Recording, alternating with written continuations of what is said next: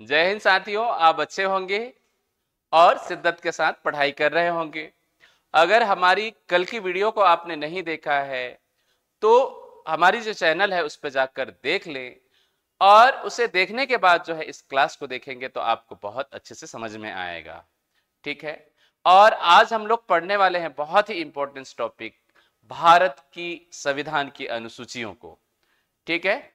मूल संविधान में 8 अनुसूचियां थी, लेकिन वर्तमान अनुसूचियों की संख्या 12 हो गई है। कितनी हो गई है? 12 हो गई है। ठीक है। और ये अनुसूचियां हैं क्या? तो भारत के संविधान में कुछ ऐसे विषय हैं जिन्हें अनुसूचियों में शामिल किया गया है, जिनका जो है संविधान में जिक्र तो किया गया है लेकिन की गई है, तो इन्हें सूचीबद्ध तरीके से जो है क्या कर दिया गया है, अनुसूची में शामिल किया गया है। ठीक है। चलिए आइए हम समझते हैं भारत की संविधान की अनुसूचियां। भारतीय संविधान, संविधान की अनुसूचियां की अनुसूचियां अनुसूचियां। ठीक है। मूल संविधान में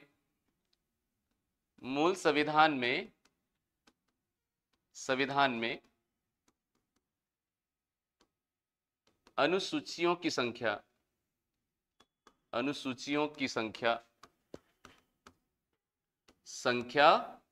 8 था। और लेकिन वर्तमान में अनुसूचियों की संख्या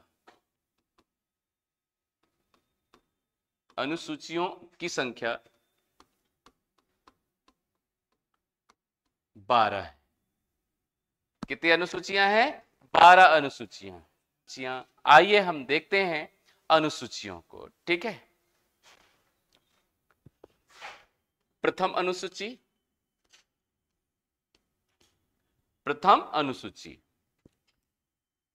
यहां पे लिख लेंगे आप लोग। प्रथम अनुसूची, अनुच्छेद मत लिख लेना, है ना।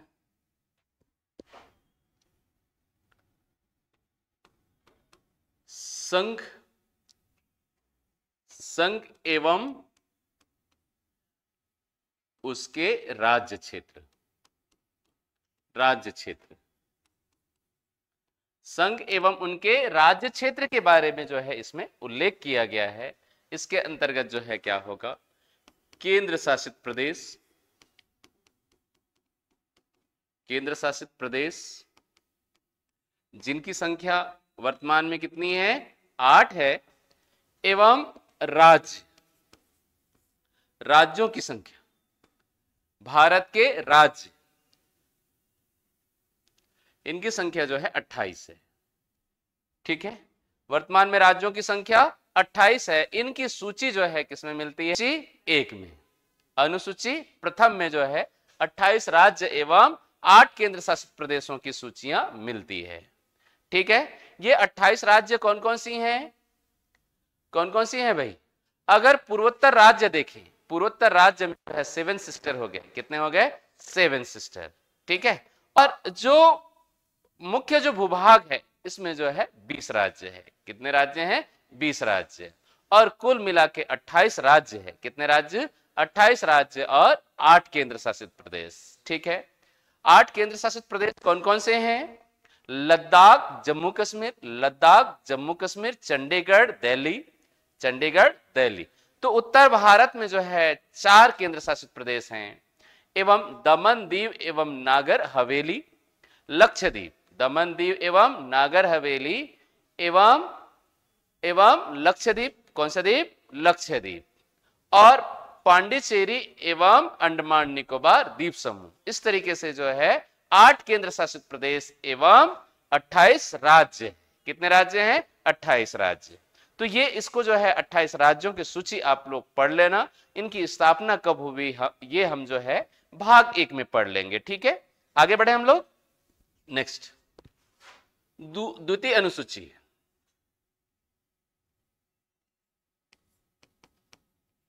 द्वितीय अनुसूची लिख लेंगे आप लोग। अनुसूची, द्वितीय अनुसूची। दूसरी अनुसूची, दूसरा अनुसूची, दूसरी अनुसूची में, दूसरी अनुसूची संवैधानिक प्रमुखों, संवैधानिक प्रमुखों, प्रमुखों का वेतन भत्ता, वेतन एवं भत्ता संचित निधि पे भारित होगा। संचित निधि, संचित निधि, संचित निधि में भारित होगी। ठीक है, संचित निधि में भारित किसे कहा जाता है? ऐसे व्यय जो देश की जो बजट होती है या संसद में जो है दो प्रकार की जो है क्या होंगी, व्यय होती है। एक सरकार जो है क्या करती है, बजट कराती है, बजट बनाती है, ठीक है ना, अगर व्यय करना हो, खर्च करना हो संचित निधि से तो। और दूसरा जो व्यय होता है जिन पर जो है क्या होगी, पर्याप्त चर्चा होती है संसद में, ठीक है। और एक व्यय जिनमें वेतन एवं भत्ते दी जाती है, उन पर जो है चर्चा एवं डिस्कशन नहीं होती, मतदान नहीं की जाती, ठीक है ना। तो दो प्रकार की व्यय होती है, ठीक है। तो संवैधानिक प्रमुखों का वेतन एवं भत्ता, जैसे राष्ट्रपति, राष्ट्रपति, उपराष्ट्रपति, उपराष्ट्रपति, ठीक है, राज्यपाल, राज्यपाल, राज्यपाल, ठीक है, संघ लोक सेवा आयोग के अध्यक्ष, लोक सेवा आयोग के अध्यक्ष की वेतन। तो राष्ट्रपति, उपराष्ट्रपति, राज्यपाल, राष्ट्रपति, राष्ट्रपति, उपराष्ट्रपति, राज्यपाल, ठीक है। और जो कैबिनेट जो मंत्री होगा, कैबिनेट मंत्री या लोकसभा अध्यक्ष, उपाध्यक्ष, लोकसभा अध्यक्ष, उपाध्यक्ष, और राज्यसभा अध्यक्ष, उपाध्यक्ष, और राज्य की जो विधानसभा अध्यक्ष और उपाध्यक्ष का जो वेतन एवं भत्ते, ठीक है। पिछड़ा वर्ग के जो आयोग के अध्यक्ष एवं उपाध्यक्ष का वेतन भत्ता, मुख्य न्यायाधीश के वेतन एवं भत्ता, ठीक, मुख्य न्यायाधीश का वेतन एवं भत्ता आदि जो है किसमें शामिल होगी? अनुसूची 2, अनुसूची दूसरा का विषय है, ठीक है। तो इतना सारा याद रख लेंगे। जैसे राष्ट्रपति का जो वेतन है, राष्ट्रपति का वेतन, वेतन 5 लाख होगा। कितना होगा भाई? 5 लाख दिया जाएगा, ये फिक्स कर दिया गया है 7वें वेतनमान आयोग के आधार पर। उपराष्ट्रपति का वेतन जो है ये बेसिक सैलरी है ना, बेसिक सैलरी 5 लाख। उपराष्ट्रपति का वेतन जो है 4.5 लाख या 4 लाख, कितने लाख? 4 लाख रुपए। राज्यपाल का वेतन 3.5 लाख रुपए, ठीक है। सीजीआई का वेतन जो है 2,80,000 रुपए, 2,80,000 रुपए एक प्रकार का फिक्स कर दिया गया है, ठीक है। तो अनुसूची 2 में जो है संवैधानिक प्रमुखों का वेतन भत्ते का उल्लेख मिलता है। नेक्स्ट चलते हैं, तीसरा अनुसूची, तीसरा अनुसूची, आप लोग अनुसूची लिख लेना, तीसरा अनुसूची। तीसरी अनुसूची में जो है संवैधानिक प्रमुखों, संवैधानिक प्रमुखों, प्रमुखों का शपथ, संवैधानिक प्रमुखों का शपथ, शपथ ग्रहण। संवैधानिक प्रमुखों का शपथ ग्रहण की जो विधि है वो जो है इसमें बताया गया है, ठीक है ना। अनुसूची 3 में राष्ट्रपति, उपराष्ट्रपति, प्रधानमंत्री का तो उल्लेख है भारत के संविधान में, लेकिन अन्य कुछ ऐसे पद हैं जिनका जो है शपथ का उल्लेख नहीं किया गया है। उन पदों के या उन संवैधानिक प्रमुखों का जो है शपथ ग्रहण की पद्धति इसमें दिखाया गया है। जैसे लोकसभा अध्यक्ष, अध्यक्ष, उपाध्यक्ष, लोकसभा अध्यक्ष, उपाध्यक्ष, ठीक है। राज्यसभा, राज्यसभा उपाध्यक्ष, कैबिनेट मंत्री, कैबिनेट मंत्री, राज्य मंत्री, राज्य मंत्री, ठीक है, संघ लोक सेवा आयोग, सेवा आयोग, आयोग के अध्यक्ष, संघ लोक सेवा आयोग के अध्यक्ष। तो इस तरीके से जो है आदि लिख सकते हैं। इन संवैधानिक प्रमुखों का शपथ ग्रहण की जो पद्धति है, प्रणाली है, वो अनुसूची 3 में उल्लेख किया गया है। ठीक है ना, समझ में आ गया? आगे बढ़े हम। अनुसूची 4,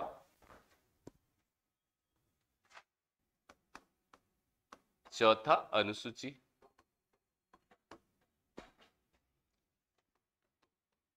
राज्यसभा सीटों का बंटवारा।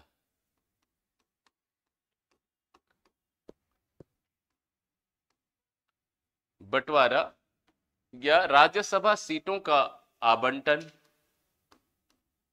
आवंटन राज्यों से किया गया है। ठीक है, जैसे आप लोग देखे होंगे कि जो उत्तर प्रदेश है, उत्तर प्रदेश में राज्यसभा सीट जो है सबसे अधिक है, और छत्तीसगढ़ में राज्यसभा सीट कितनी है? 5 है। कितनी है? 5 है। ऐसे ही वहां की जनसंख्या के अकॉर्डिंग जो है राज्यों की जो राज्यसभा सीट है, ठीक है, राज्यसभा सीट होगी, इन राज्यसभा सीट जो है का आवंटन निश्चित की गई है, और ये राज्यों से होगी। ठीक है ना। राज्य की जो विधानसभा सदस्य होते हैं, विधानसभा सदस्य, यही जो है क्या करते हैं? राज्यसभा सीटों के लिए मतदान करते हैं। ठीक है, क्या करेंगे? मतदान करते हैं। ठीक है, और मतदान की जो प्रक्रिया होती है अप्रत्यक्ष मतदान प्रणाली, अप्रत्यक्ष एकल संक्रमणी एवं अनुपातिक प्रक्रिया के आधार पर जो है इनका चुनाव होता है। ठीक है, और ये किसी क्षेत्र से नहीं होते, एक स्थानीय किसी जिले का नेतृत्व नहीं करते, ये पूरे के पूरे राज्य का नेतृत्व करते हैं राज्यसभा सदस्य। ठीक है ना। और जैसे छत्तीसगढ़ से कितनी सीट है? 5 सीट है। ऐसे ही अलग अलग राज्यों की जो राज्यसभा सीट होगी वो अलग अलग होगी, और ये पूरे का पूरे राज्य का नेतृत्व करते हैं। ठीक है ना। पांचवा अनुसूची, अनुसूची लिख लेंगे आप लोग, है ना। 5 शेड्यूल, अनुसूचित जाति, जाति एवं जनजाति क्षेत्रों का विशेष प्रशासनिक प्रबंध,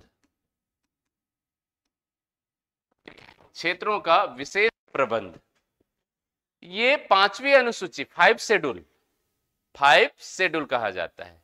ठीक है, जैसे मध्य भारत के 10 राज्य ऐसे हैं जहां पर जो है 5वीं अनुसूची लागू की जाती है, और 5वीं अनुसूची लागू करने का जो अधिकार होता है राज्यपाल को होता है। किसको होगा? राज्यपाल को। ठीक है, हिमाचल प्रदेश, हिमाचल प्रदेश, राजस्थान, गुजरात, महाराष्ट्र, हिमाचल प्रदेश, राजस्थान, गुजरात, महाराष्ट्र, मध्य प्रदेश, कौन सी? मध्य प्रदेश, छत्तीसगढ़, झारखंड, उड़ीसा, मध्य प्रदेश, छत्तीसगढ़, झारखंड, उड़ीसा, तेलंगाना, आंध्र प्रदेश, तेलंगाना, आंध्र प्रदेश, 10 राज्य हैं जहां पे जो है 5वीं अनुसूची लागू है। कौन सी अनुसूची लागू होगी? 5वीं अनुसूची लागू है। ये 5वीं अनुसूची है क्या? तो 5वीं अनुसूची जिस राज्य में लागू होती है, ठीक है, उस राज्य की जो पंचायतें होती है, चाहे वो पंचायत हो या जिला पंचायत हो, ठीक है, आज देखेंगे कि छत्तीसगढ़ में 85 ऐसे विकासखंड है जहां पे 5वीं अनुसूची लागू है। 5वीं अनुसूची लागू है। कितने विकासखंड में? 85 विकासखंड में। तो इन जो ग्राम पंचायतें होती है, ग्राम पंचायत की अलग ही संस्कृति होती है, अलग ही भाषा होती है, अलग ही जो है क्या होगी? परंपरा होती है, अलग ही जो है क्या होगी? इनकी सभ्यता होती है। इनकी जो संस्कृति, इनकी जो सभ्यता है, इनकी जो लिपि है, इनकी जो भाषा है, इनको जो है बचाए रखने के लिए, ठीक है, इनको अलग से अधिकार दी गई है, जिसे ये जो है 5 शेड्यूल कहा जाता है। ठीक है, यहाँ की जो पंचायत हैं, ग्राम पंचायतें हैं, ये उस ग्राम पंचायत के लिए कानून बना सकती हैं। ठीक है, उनको शक्तियां दी गई है। और जो 5 शेड्यूल जहां पे लागू होती है, यहां से जो है कोई भी जमीन नहीं खरीदा जा सकता। ठीक है ना। दूसरी चीजें क्या होगी कि जो अनुसूचित जनजाति एवं जो अनुसूचित जाति है, इनकी जो अधिकारों की रक्षा के लिए जो है, जो केंद्र एवं राज्य के द्वारा कोई भी कानून थोपा नहीं जाएगा। ठीक है, क्योंकि उनकी क्या आवश्यकताएं हैं वो भली भांति जानते हैं, समझते हैं और अपने अकॉर्डिंग कानून बनाते हैं। कलेक्टर को भी अगर जाना हो ग्राम पंचायत में तो परमिशन लेकर जाएगा। समझ में आ रहा है, इतना पावरफुल होता है, खास करके जो है जहां पे 5वीं अनुसूची लागू होती है। ठीक है, लेकिन व्यवहारिक रूप से कलेक्टर पूछ के जाए ग्राम पंचायत में, ये तो नहीं जचता है। ठीक है, लेकिन कानून है, क्योंकि कानून बनाने का अधिकार जो है ग्राम पंचायत को है। कलेक्टर को कानून बनाने का अधिकार है क्या? नहीं है। तो अगर देखें, ग्राम पंचायत जो है सबसे छोटी जो है क्या है, विधायिका है, जो अपने गांव के लिए कानून बनाने की जो है क्या होगी, स्वतंत्रता होती है। ठीक है, तो ये है 5वीं अनुसूची। तो हमने 10 राज्य बताया। कितने राज्य बताया? 10 राज्य। मैं लिख दूं इसको। 5वीं अनुसूची कहां कहां लागू है? हिमाचल प्रदेश। ये याद रखना आप लोग कि ये राज्यपाल का विवेक है। राज्यपाल जो है इससे जो है क्या कर सकते हैं, लागू कर सकते हैं 5 शेड्यूल को। ठीक है, सभी राज्यों में लागू नहीं है। राजस्थान, तीसरा गुजरात, चौथा मध्य प्रदेश,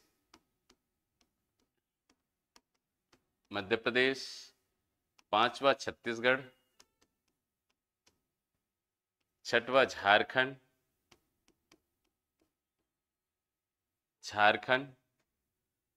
7वां महाराष्ट्र,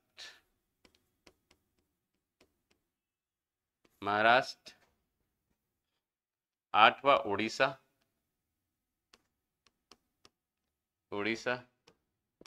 9वां आंध्र प्रदेश,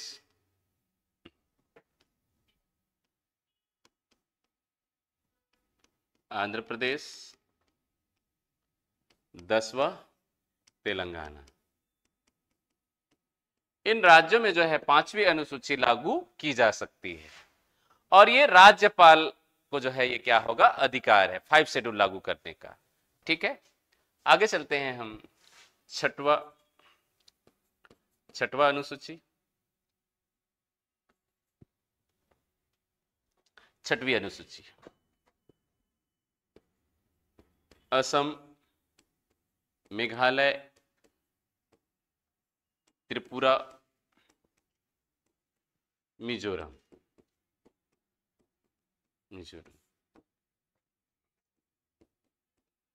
राज्यों की अनुसूचित जाति एवं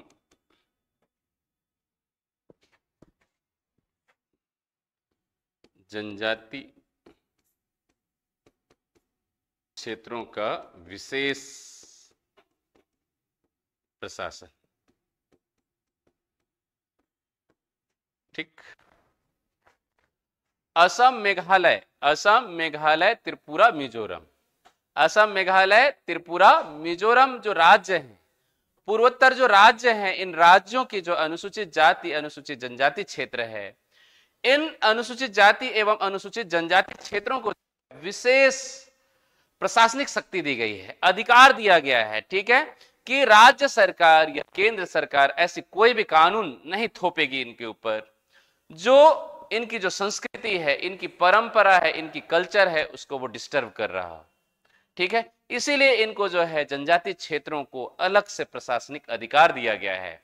ठीक है, यहां पे जो है क्या होंगी, चुनावे ना करके जो है क्या होती है, परिषदें होती है। परिषद ही जो है विधायक चुनकर भेज देते हैं। जैसे नागालैंड हो गया, ठीक है, मैती समुदाय हो गया, कुकी समुदाय हो गया। ठीक है, या आप लोग देखे होंगे कि जो मैं इंडियन जियोग्राफी पढ़ा रहा था वहां पे मैंने बताया था कि डापला मेरी अबोर मिस्मी गारो खासी जयंती, ठीक है ना, ये क्या है, वहां की कुछ जनजातियां हैं और इन जनजातियों को जो है विशेष क्या प्राप्त है, संवैधानिक अधिकार प्राप्त है, ठीक है। समझ अनुसूची, सातवीं अनुसूची, सूचियों का विभाजन,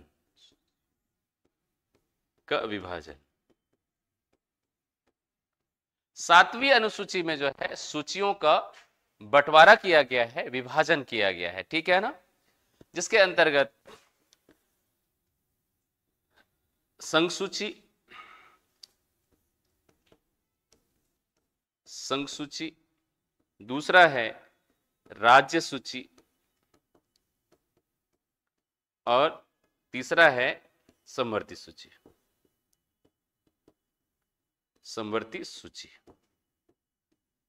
ठीक। संघ सूची, राज्य सूची और समवर्ती सूची, सूचियों का जो है बंटवारा या सूचियों का वर्गीकरण, ठीक है। राज्य सूची, समवर्ती सूची और संघ सूची, सूचियों का बंटवारा, कितने कितने विषयों पर जो है केंद्र सरकार कानून बना सकती है और कितने विषयों पर जो है राज्य सरकार कानून बना सकती है, और कितने विषय ऐसे हैं जिन पर है दोनों सरकार कानून बना सकती है, इसे समवर्ती सूची कहा जाता है, ठीक है। संघ सूची के जो विषय थे प्रारंभ में 97 थे और वर्तमान में इसकी संख्या 101 विषय हो चुके हैं। 101 विषय जो है जिन पर केंद्र सरकार कानून बना सकती है, ठीक है। कितने विषय है? 101 विषय। प्रारंभ में इनकी संख्या कितनी थी? 97 विषयों पर कानून बनाया जा सकता था, ठीक है। आगे बढ़े, नेक्स्ट चलते हैं हम। राज्य सूची का विषय जो है 66 थी प्रारंभ में, वर्तमान में जो है 61 विषय हैं। कितने विषय हैं? 61 विषय। कितने विषय? 61 विषय, ठीक है। समवर्ती सूची की संख्या जो है 47 थी प्रारंभ में, वर्तमान में जो है इनकी संख्या कितनी है?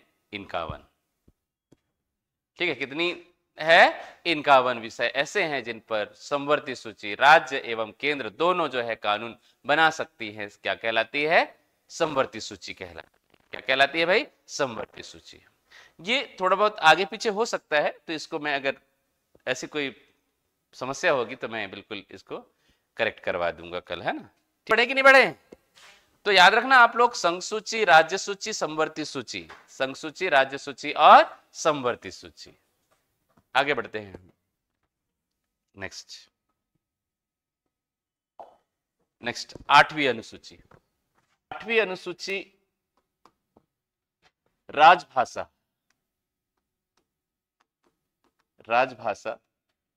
वर्तमान में राजभाषा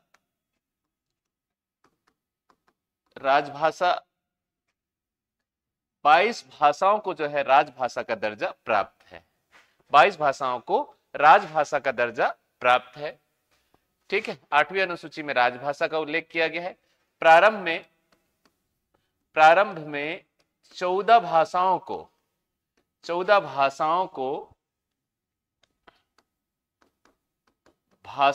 राजभाषा का दर्जा दिया गया था।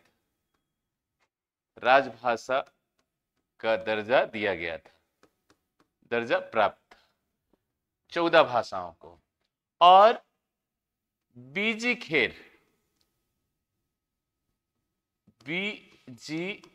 खेर की अध्यक्षता में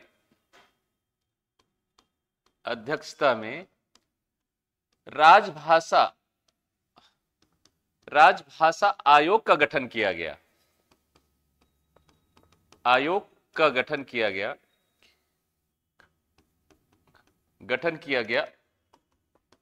1954 में।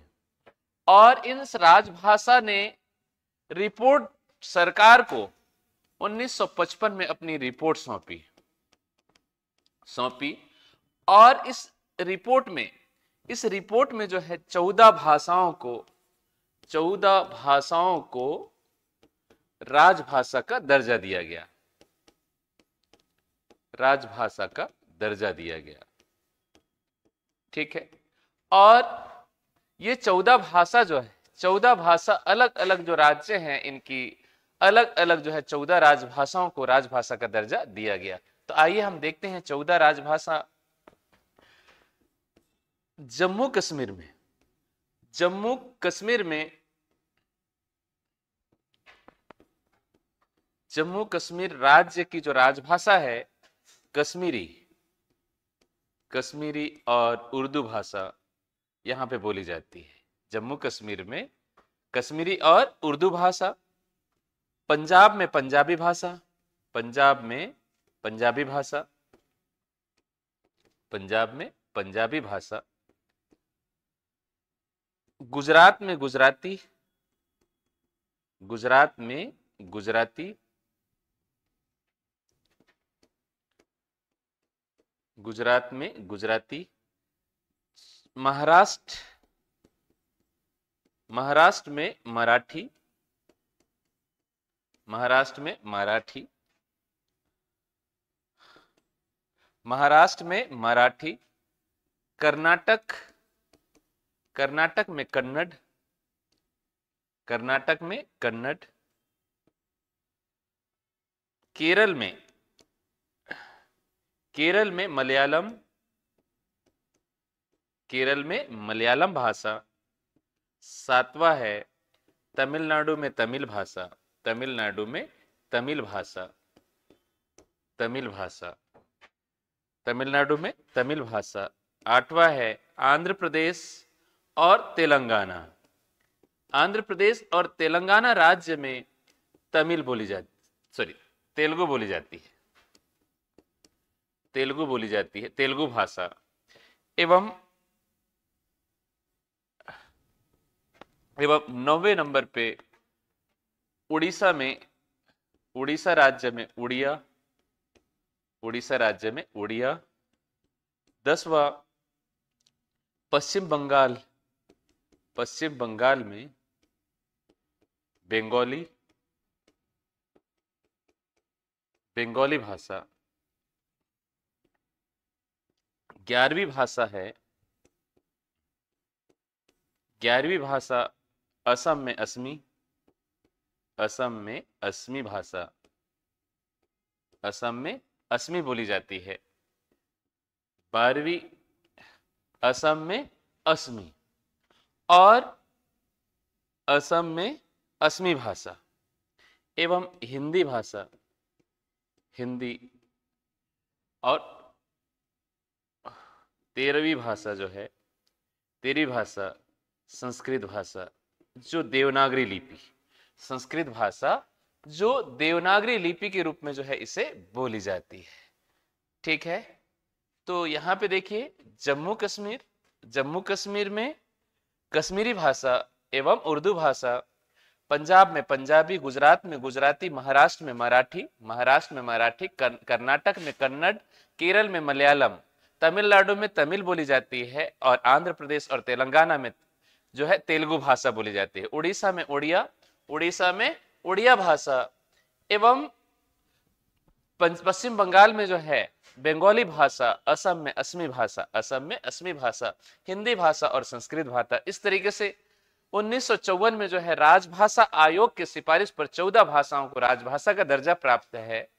और बाद में जो है सिंधी भाषा, सिंधी भाषा, नेपाली, नेपाली, मणिपुरी और कोंकणी जो भाषा है इसको शामिल किया गया। और 92वां संविधान संशोधन 2003 को 4 भाषाओं को और राजभाषा की दर्जा दी गई। इसके अंतर्गत जो है संथाली भाषा, संथाली हो गया, और मैथिली भाषा, डोंगरी भाषा और बोडो भाषा को जो है राजभाषा का दर्जा दिया गया। तो आइए हम देखते हैं 21वां संविधान संशोधन, 21वां संविधान संशोधन, 21वां संविधान संशोधन, संशोधन 1967 को सिंधी भाषा, सिंधी भाषा को राजभाषा का दर्जा दिया गया, सिंधी भाषा को। ठीक है, और राजस्थान की भाषा, राजस्थान की भाषा के रूप में इसे राजभाषा का दर्जा दिया गया। और ये थी 15वीं नंबर की भाषा। नेक्स्ट चलते हैं हम 71वां संविधान संशोधन। 71वां संविधान संशोधन, संविधान संशोधन 71वां संविधान संशोधन 1992 को 3 भाषाओं को राजभाषा का दर्जा दिया गया। 3 भाषाओं को राजभाषा का दर्जा दिया गया, का दर्जा, ठीक है, भारत के संविधान में। ये राजभाषा है नेपाली भाषा, नेपाली, दूसरा है मणिपुरी, मणिपुरी, तीसरी जो भाषा है मणिपुरी, और कोंकणी भाषा, कोंकणी भाषा। इस तरीके से 71वां संविधान संशोधन 1992 को 3 भाषाओं को राजभाषा का दर्जा प्राप्त हुआ। आगे चलते हैं 92वां संविधान संशोधन। 92वां संविधान संशोधन, संविधान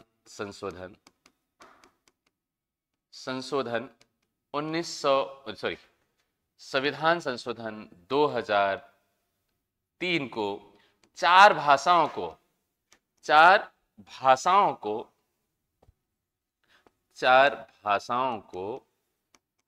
राजभाषा का दर्जा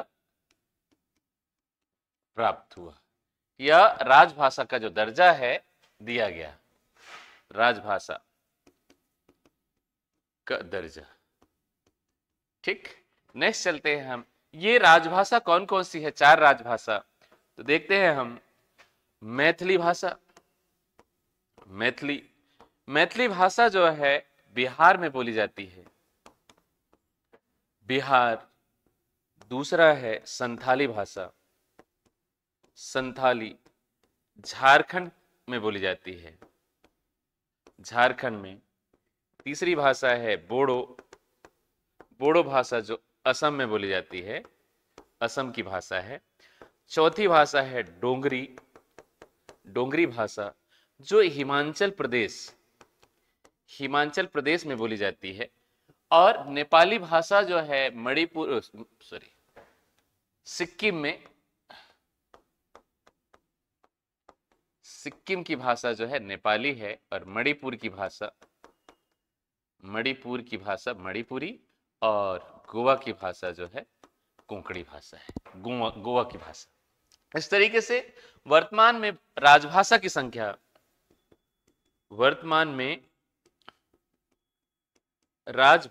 संख्या, राजभाषा की संख्या 22 है, 22, ठीक है। और कश्मीर में कश्मीरी, जम्मू कश्मीर में कश्मीरी, सबको याद रहेगा ना, जम्मू कश्मीर में कश्मीरी। और यहीं पे कौन सी बोली जाती है? उर्दू, क्योंकि मुस्लिमों की जनसंख्या अधिक है, तो आप इस तरीके से लिख सकते हैं। पंजाब में पंजाबी, पंजाब में पंजाबी, राजस्थान में सिंधी, गुजरात में गुजराती, महाराष्ट्र में मराठी, गोवा में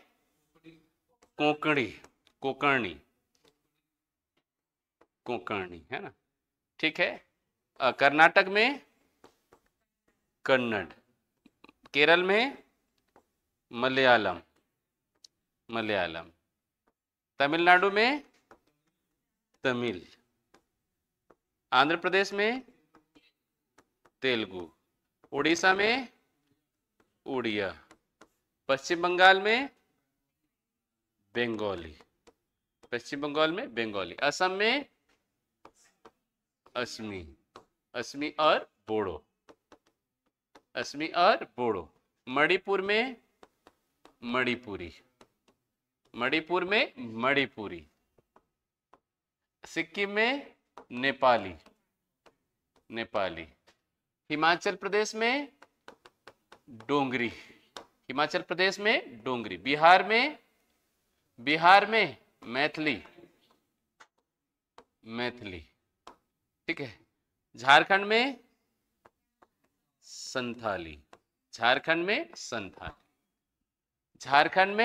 संथाली, ठीक है। और ये आप देखेंगे कि इधर जो है हिंदी बोली जाती है, यहाँ पे हिंदी बोली जाती है उत्तर प्रदेश में, मध्य प्रदेश में, हरियाणा में, छत्तीसगढ़ में, दिल्ली में, ठीक है। और इधर आप लोग लिख सकते हैं संस्कृत, क्योंकि देवभूमि उत्तराखंड कहा जाता है तो संस्कृत बोली जाती है। हो गया 22 भाषा। एक सेकेंड लगा ना? नहीं लगा? अंग्रेजी क्या राजभाषा है? अंग्रेजी राजभाषा में शामिल है? नहीं है, हमने नहीं बताई है तो नहीं है, ठीक है। वर्तमान में कितनी भाषाएं हैं? 22 भाषा को जो है राजभाषा का दर्जा प्राप्त है, और इस तरीके से आपके जो राजभाषा है वो दिखाई दे रहा है, ठीक है। किसी कोई दिक्कत है? नहीं। तो इंग्लिश राजभाषा नहीं है, ये अंतरराष्ट्रीय भाषा है, ठीक है। बोली तो यहाँ छत्तीसगढ़ी भी बोली जाती है, समझ में आ रहा है ना? हाँ। 9वीं अनुसूची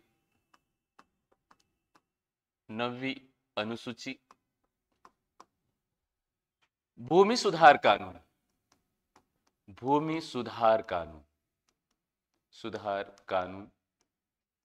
इसको जो है प्रथम संविधान संशोधन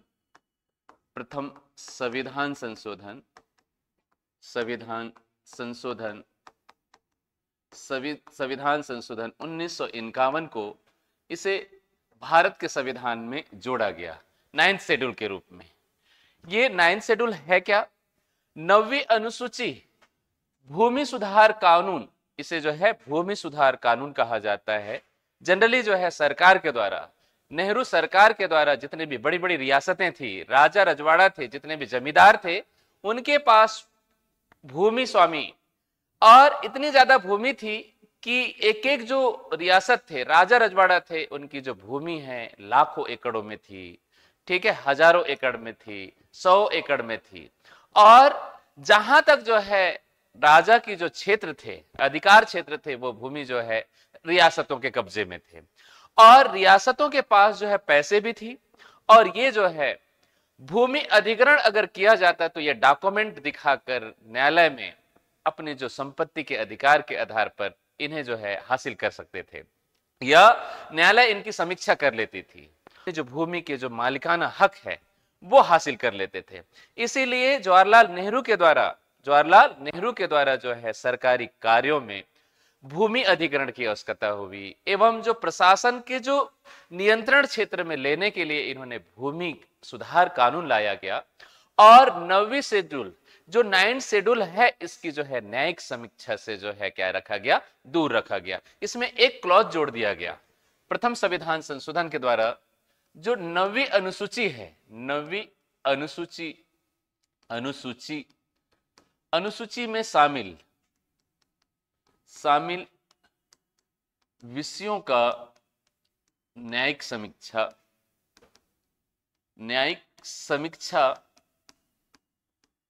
समीक्षा से दूर कर दिया गया, ताकि जो है संसद के द्वारा बनाई गई कानून है से दूर कर दिया गया, ठीक है। न्यायिक समीक्षा से इसको दूर रखा गया 9th शेड्यूल को, ताकि कोई भी विषय को जो है 9th शेड्यूल में डाल दिया जाए और इसकी न्यायिक समीक्षा ना कर सके। और भूमि सुधार कानून जो है इसी तरीके से कानून था जिसकी न्यायिक समीक्षा नहीं की जा सकती थी। लेकिन केशवानंद भारतीवाद के संदर्भ में केशवानंद भारती की केस की सुनवाई करते हुए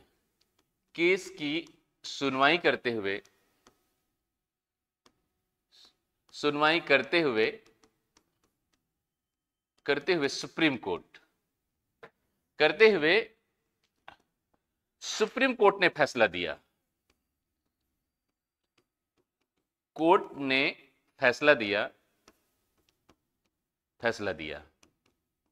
ठीक है, इन्होंने फैसला कब दिया? 2003 में। 2003 में एक फैसला दिया और इस फैसले में कहा गया कि जो भी विषय जो है 1973 के बाद 73 के बाद कोई भी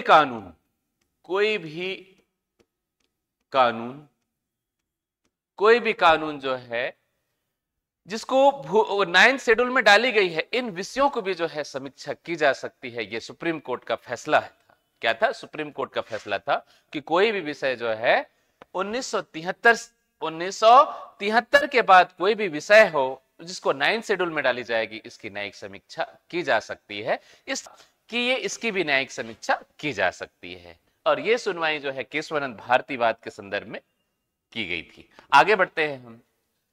10वीं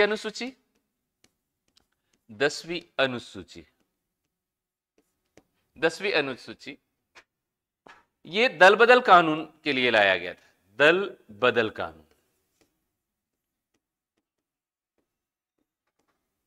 बदल कानून, 52वां संविधान संशोधन, 52वां संविधान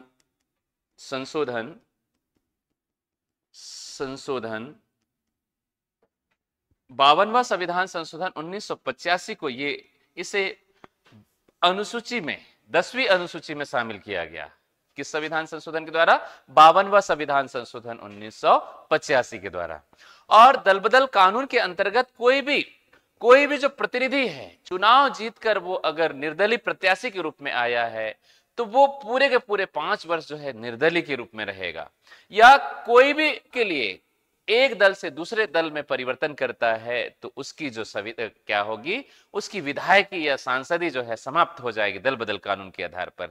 ये घटना थी हरियाणा का। एक व्यक्ति जो है 8 दिन में ही लगभग 8-10 पार्टियां बदल चुका था।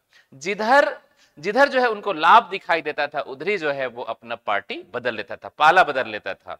और इसीलिए जो है संसद के द्वारा चिंता की गई कि एक व्यक्ति जो है अपने लाभ के लिए, लालच के लिए जो है एक दल से दूसरे दल परिवर्तन करता है, लेकिन इनकी जो सदस्यता है वो बना रहता है।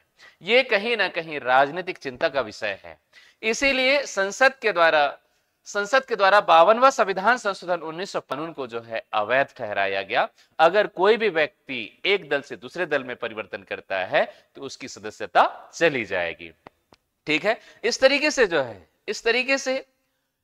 से 52वां संविधान संशोधन के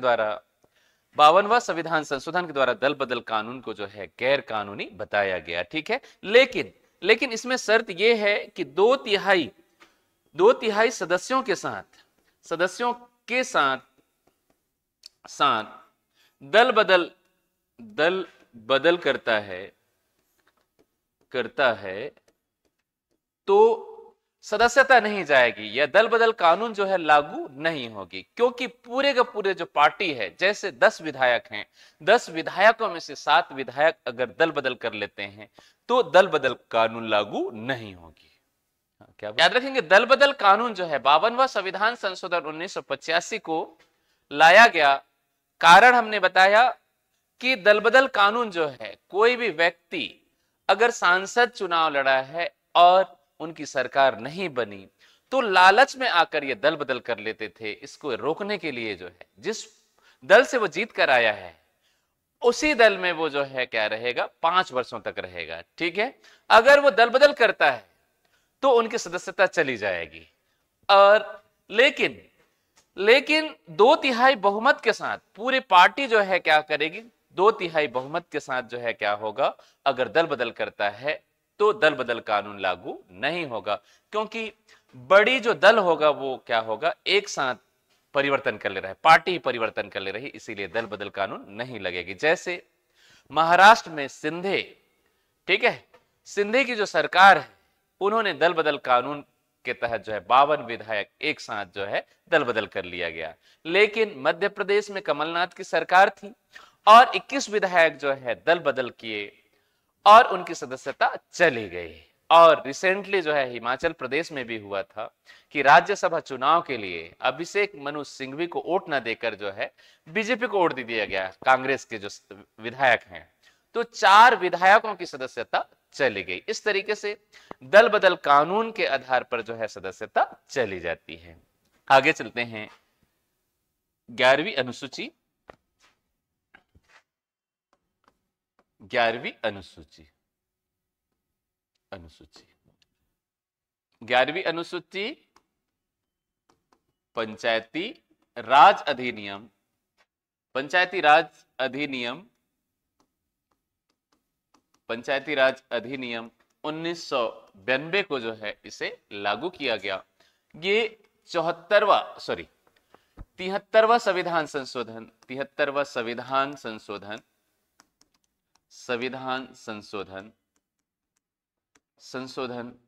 1992 को संसद के द्वारा इसे लागू किया गया। ठीक है। और 11वीं अनुसूची में जो है पंचायती राज व्यवस्था को लागू की गई, जिसके अंतर्गत जो है आर्टिकल 243 से लेकर 243 ओ तक पंचायती राज व्यवस्था को जो है क्या किया गया है, भारत के संविधान में अनुसूची में शामिल की गई है। कौन सी अनुसूची में? 11वीं अनुसूची में इसे शामिल की गई है। और पंचायतों को 29 विषय ऐसे हैं जिन पर पंचायत को कानून बनाने का अधिकार होती है।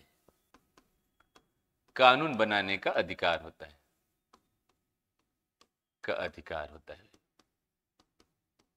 पंचायत को 29 विषयों पर कानून बनाने का अधिकार होता है, जैसे नहर, नाली, पानी, विद्युत, किसके लिए? विद्युत के लिए, बाजार के लिए, चबूतरा निर्माण के लिए, तालाब का गहरीकरण के लिए, ठीक है, स्ट्रीट लाइट लगवाने के लिए, सफाई के लिए आदि के लिए जो है टैक्स लगा सकती है, कर लगा सकती है, एवं इनके लिए जो है वो कानून बना सकती है। इस तरीके से पंचायतों को 29 विषय पर कानून बनाने का अधिकार दिया गया। आगे चलते हैं 12वीं अनुसूची। 12वीं अनुसूची नगरीय निकाय। नगरीय निकाय अधिनियम 1992। नगरीय निकाय अधिनियम 1992। 74वां संविधान संशोधन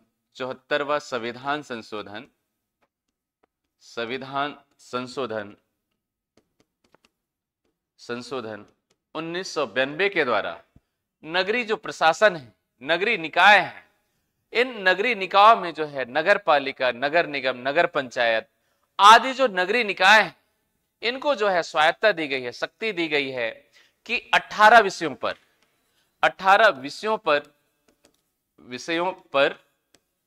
कानून बना सकती हैं। ठीक है, कानून निर्माण कर सकती हैं। और ये 18 विषय है रोड के लिए, नहर नाली के लिए, भवन निर्माण के लिए, स्वच्छ जल के लिए, बाजार के लिए, चबूतरा के लिए एवं सड़कों की साफ सफाई आदि के लिए जो है ये कानून बना सकते हैं। ठीक है, एवं टैक्स की व्यवस्था भी कर सकते हैं। इस तरीके से 12वीं अनुसूची के अंतर्गत जो है नगरीय निकाय और नगरीय निकाय अधिनियम 1992 में आया। 74वां संविधान संशोधन 1992। और आर्टिकल की बात करें 243 पी से लेकर 243 जेड जी तक जो है नगरीय निकाय का जो प्रबंधन है भारत के संविधान में उल्लेख किया गया है। इस तरीके से हमने 1 से लेकर 12 तक जो अनुसूचियां हैं इनको पढ़ा है। आप सबको समझ में आया होगा।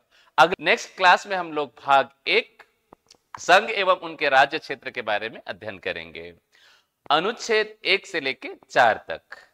तो हमारी क्लास अगर आपको समझ में आती होगी या आ रही होगी और आपको जो है आपको नॉलेजेबल लग रहा होगा, आप कहीं ना कहीं कुछ ऐड कर पा रहे होंगे अपने लाइफ में, तो वीडियो को लाइक, शेयर एवं सब्सक्राइब जरूर करें। Thank you so much.